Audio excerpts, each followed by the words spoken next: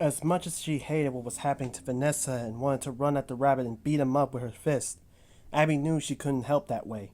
The only thing she could do was what she was doing. She had to keep going towards the wall, so she didn't let her pace slow, even as she watched Vanessa struggle with her dad. Abby finally reached the wall. She quickly looked over to her shoulder, just in time to see Vanessa press towards the rabbit. Vanessa wrapped her dad in a big, hard bear hug.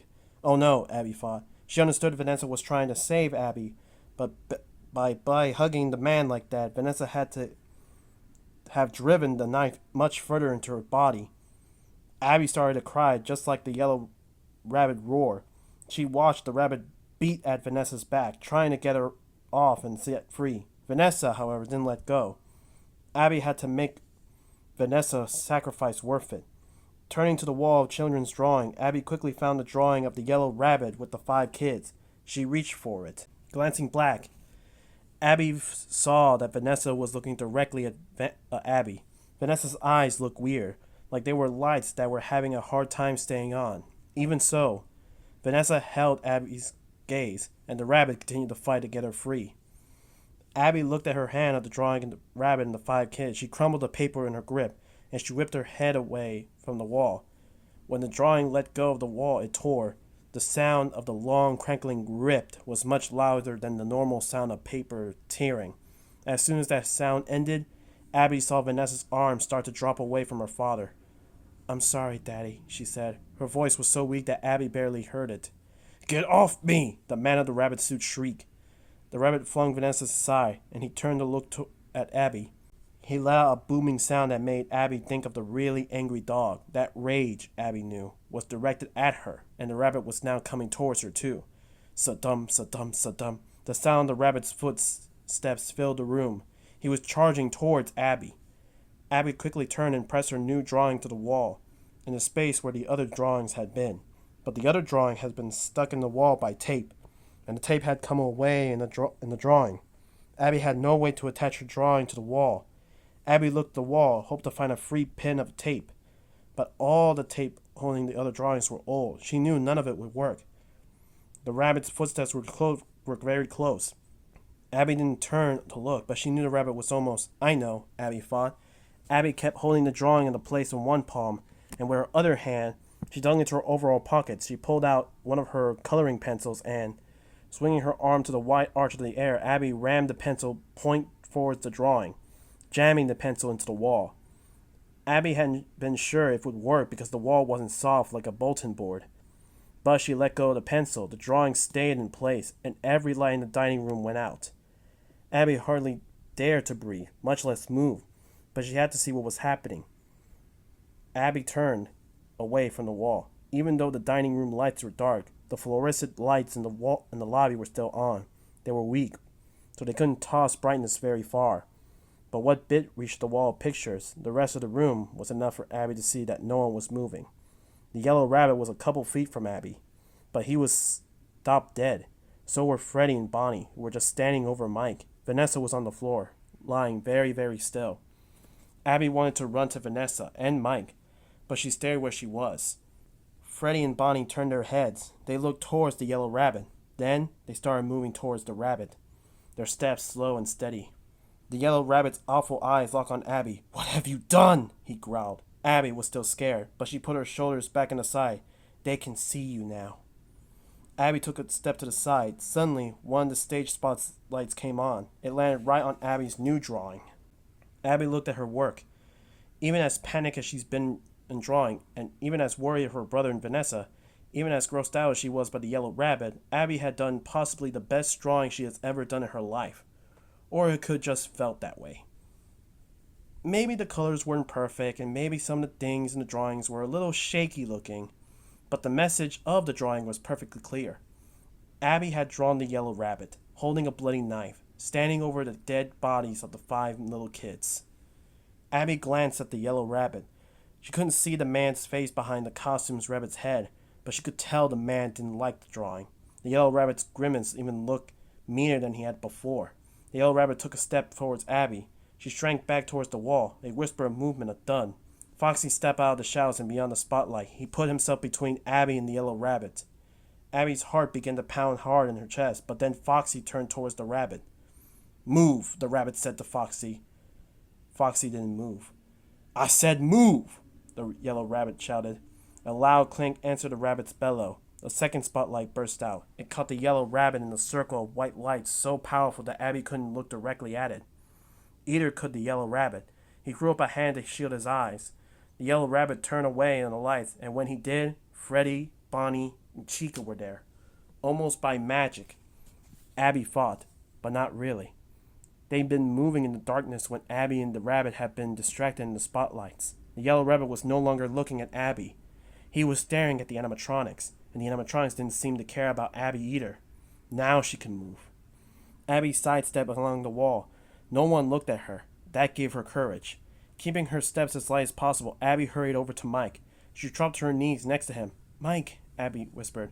"Mike, wake up." The little hairs on Mike's eyelids rippled against the skin, but he didn't open his eyes.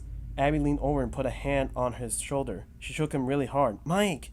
She hissed loud in his ear. Mike opened his eyes. He blinked several times, and then he seemed to zero in on Abby's face. "Abby?" Abby nodded, but tensed when she heard the straps of thumb. She didn't turn away from Mike. It was okay. She and Mike were okay. The animatronics were closing in the yellow rabbit now.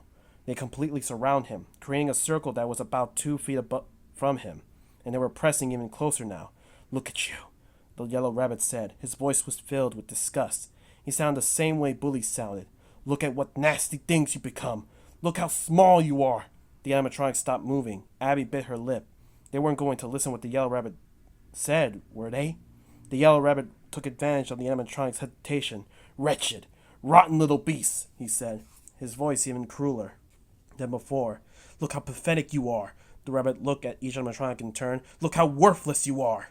The yellow rabbit locked in on Chica, who stood before him with her cupcake plaster raised. Her cupcake was back in place on the platter, poised but still. The yellow rabbit took a step towards Chica. He pointed at Chica, then pointed at Mike and Abby. "Now get over there," he commanded, "and rip them apart before I rip all of you apart." Abby held her breath. What would the animatronics do? Abby got her answer in an instant.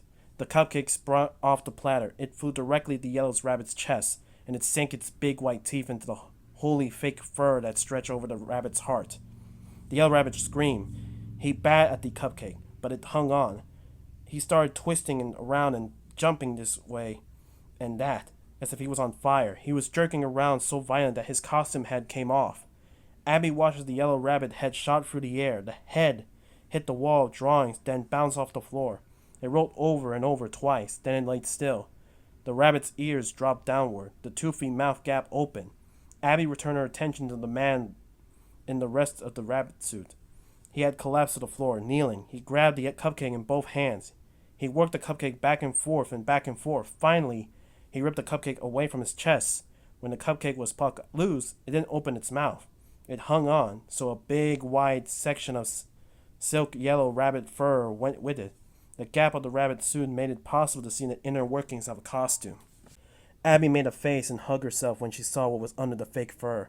She'd seen something like it before. It makes her inside get all nutted up. The yellow rabbit's costume had the same things the little red-haired girl animatronic had. The one Chica had tried to put Abby into. The suit was lined with rows and rows of super metal things. Now that Abby could see them more clearly, when she was fighting Chica, she decided the metal things looked into the bunch of crab claws. The claws were closed, uptight, curled in towards the side of the suit. But if the claws open... As Abby stared at the metal thing, she heard a snap, like a lick loose back. One of the crab claws opened, then another, and then another. Abby saw blood starting to run into the metal. Then the blood stained the edges of the surrounding rabbit fur. Abby looked at the face of the man in the suit. His teeth were glinting. His eyes were wide. Abby thought of Vanessa, who was still sprawled on the floor. Vanessa might even be dead. The horrible man in the suit deserved what was happening to him. Abby stopped feeling sorry. She even liked it when she heard another snap and knew that the man was being hurt even worse. It felt like 100 million drills were attempting to burrow into Mike's head and into the rest of his body, too. He couldn't see quite right, and his body felt like a floppy and useless as a fish snatched into water. Mike was starting to get his bearings, though. He knew where he was, in Freddy's dining room. He knew Abby was with him, and she was, As far as he could tell, okay. He also knew that the man who had tried to kill him was getting his comeuppance. Mike recognized the snapping sounds he was hearing. He knew what was happening to the man. He was being swivered from the inside in his costume. Good. Why are those things in the suit? Abby asked. They're like the ones in the girl suit that Chica tried to put me in. Mike felt like a donkey was kicking him in the chest. The idea of Abby... They're spring locks, Mike said. The man in the rabbit suit. It was him.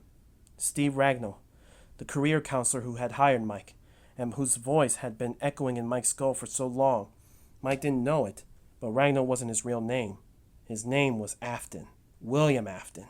And fate had somehow brought them together once again. Afton looked over at Mike and Abby. Even though the guy was clearly incapacitated, Mike reached for Abby, wanting to protect her. Mike didn't have to worry, though. Afton was just putting on a show of defiance. Afton's face was misshapen by pain, and his body was being jolted savagely about what was happening inside the rabbit suit. Still, through the continuing chain reaction of spring locks, Afton was able to scoot over the floor. He dragged himself towards the reach to the costume's head. More snaps. Mike put on the yellow rabbit back on. His motions unsteady and weak, the yellow rabbit managed to right himself. He faced the animatronics, who stood shoulder to shoulder watching the rabbit. I killed you once, Afton said, his voice strained but strong inside the rabbit's head. I can do it again. The yellow rabbit took a step forward the animatronics. Mike heard a series of sharp sounds like chattering of metal teeth. Clank, clank, clank. The remaining spring locks were disengaging, and even Afton, seemingly impervious of destruction, couldn't withstand that. The yellow rabbit's body contorted, hunching inward. Afton howled like a tortured animal. His howls winged through the building of fury of bats wheeling through the scabronic chamber. As if channeling the rabbit's torment, the pizzeria began to ignite. The building felt like it was whipping back and forth in its footing.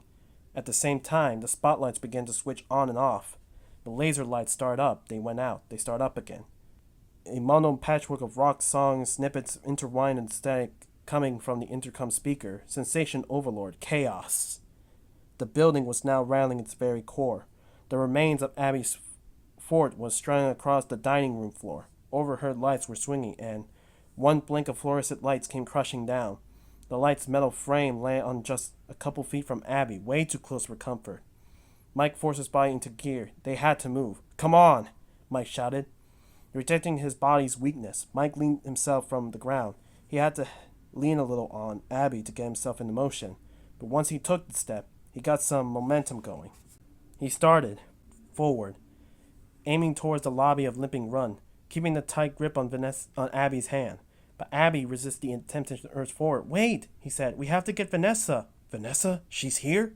Mike frowned and looked around. Why was Vanessa here? She's been adamant that... She saved me, Abby shouted. Now she was tugging on Mike. Come on! Mike let Abby lead him. Not towards the lobby, but further into the middle of the dining room. As soon as they were taking a couple steps, Mike spotted Vanessa. His feet faltered and his breathing hitched. Vanessa was prone to the floor, not moving, a pool of blood that was far too large to make Mike's optimism of her survival. Extending all directions above her, she might already be gone, Mike thought. Hindering now that not just his injuries but a coughing grief, Mike was barely able to make it to the rest of the way to where Vanessa lay, but he got there, and when he did, he painstakingly lowered himself to one knee, which he planted on the thick, sticky red spill that was surrounding Vanessa. As Mike put two fingers against Vanessa's neck, and into his relief, felt a faint pulse, he saw movement on the other side of the room. Even over the constant mismatch of music and static, he heard the clunk, clunk, clunk of animatronic footsteps. His muscles tensed, and he lifted his gaze. Mike had been sure that the animatronics were coming for him and Abby, but they weren't. They clearly could not have cared less about Mike and his sister. They were otherwise occupied. Mike watched as Foxy used his hook to drag the yellow rabbit along behind him. The other three animatronics followed Foxy and the rabbit in the back hallway. Mike! Abby said. She shook his arm. I don't think she's doing good.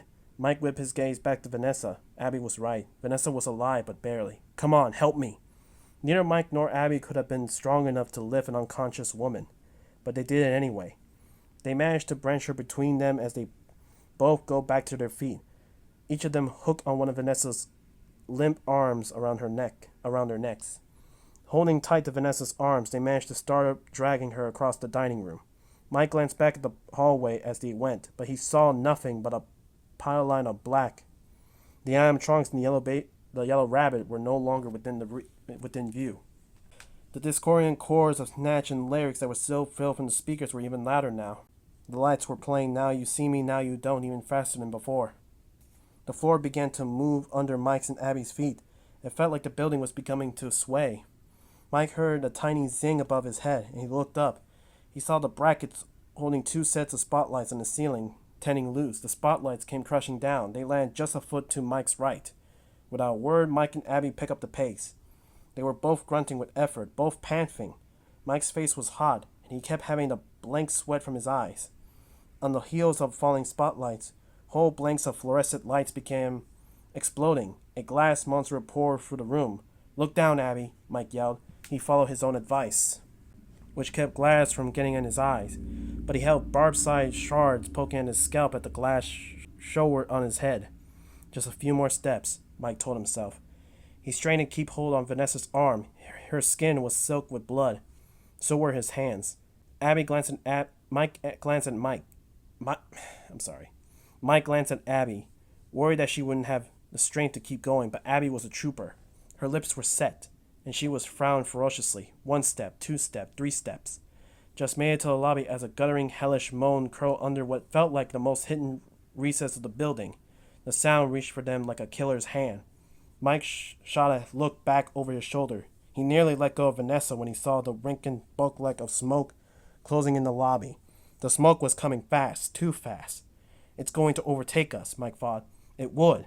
Cling. Mike pulled his gaze from the smoke monster and saw that Abby had released the front door handle. She was leaning on the door, pushing forward.